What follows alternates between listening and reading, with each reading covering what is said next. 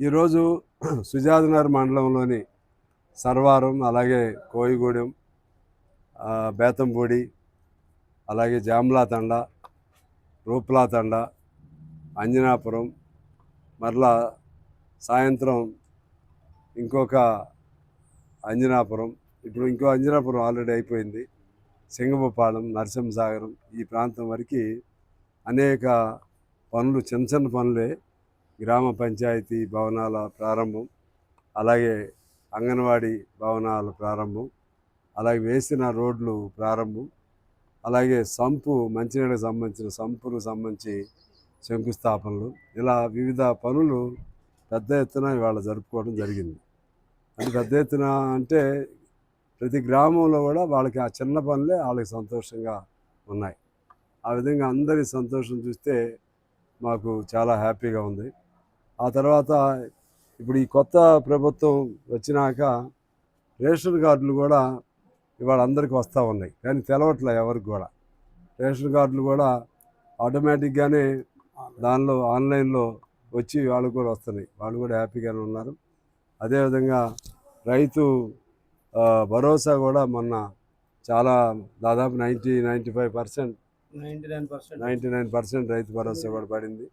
అదే వీళ్ళకి చెప్పుకోవడం కుదరట్లేదు, కొన్ని ఫెయిల్ అవ్వచ్చు, కానీ అవి చేసిన అంతకుముందు రైతు భరోసా, రైతు బోనస్ కూడా చాలామంది కానివ్వండి. రుణమాఫీలో కొద్దిగా ఫెయిల్ అయ్యారు. ఫెయిల్ అవ్వటం అంటే అప్పటికే కొన్ని దాదాపు 20,000 కోట్ల రూపాయలు ఎట్ ఏ టైం బాగానే ఇచ్చారు. అయినా ఇంకొన్ని సమస్యలు ఉన్నాయి, వాటిని కూడా పరిష్కారం చేసుకోవాలి. ఇది గ్రామాల వరకు ఆ ఇబ్బంది ఉంది, ఏదో రుణమాఫీది ఒకటే, మిగిలినవన్నీ అవి కవర్ అవుతున్నాయి. కానీ పట్టణాల్లో ఉన్న పేద వర్గాలు ఉన్నారు, వాళ్ళు ముఖ్యంగా పంచాయతీ వర్కర్సు, అలాగే అంగన్వాడీ, ఇంకా మధ్యాహ్న భోజనం, ఇటువంటి వాళ్ళు చాలామంది ఉన్నారు. వాళ్ళకి 3-4 నెలలు జీతాలు కూడా రావట్లేదు.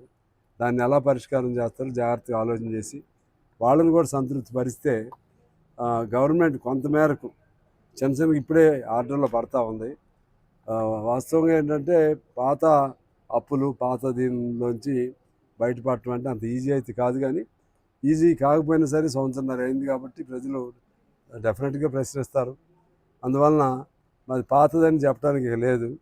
వీళ్ళు సమర్థతతో, తెలివితేటలతో ఈ కొత్త ప్రభుత్వంగా వీళ్ళు రుజువు చేసుకోవాలి.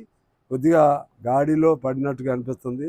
ఇంకా కొద్దిగా ఇప్పుడు యాక్చువల్గా అయితే నాకు ఇప్పుడు ఎంఆర్ఓ గారు వాళ్ళు చెప్తున్నారు, రేషన్ కార్డులు ఇప్పుడు 4 లక్షలు రేషన్ కార్డులు పంచారంట, కానీ ఎవరికి తెలవని కూడా తెలవదు.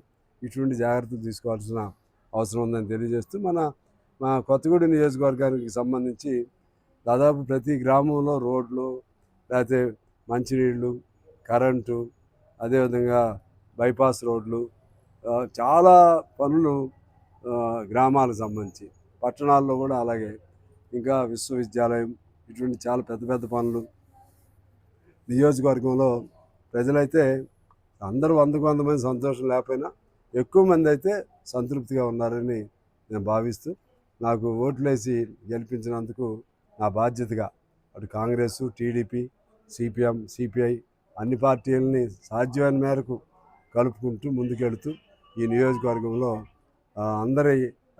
అందరినీ సంతృప్తిపరిచే విధంగా నా కర్తవ్యాన్ని నేను నిర్వర్తించాలని భావిస్తూ ఉన్నాను.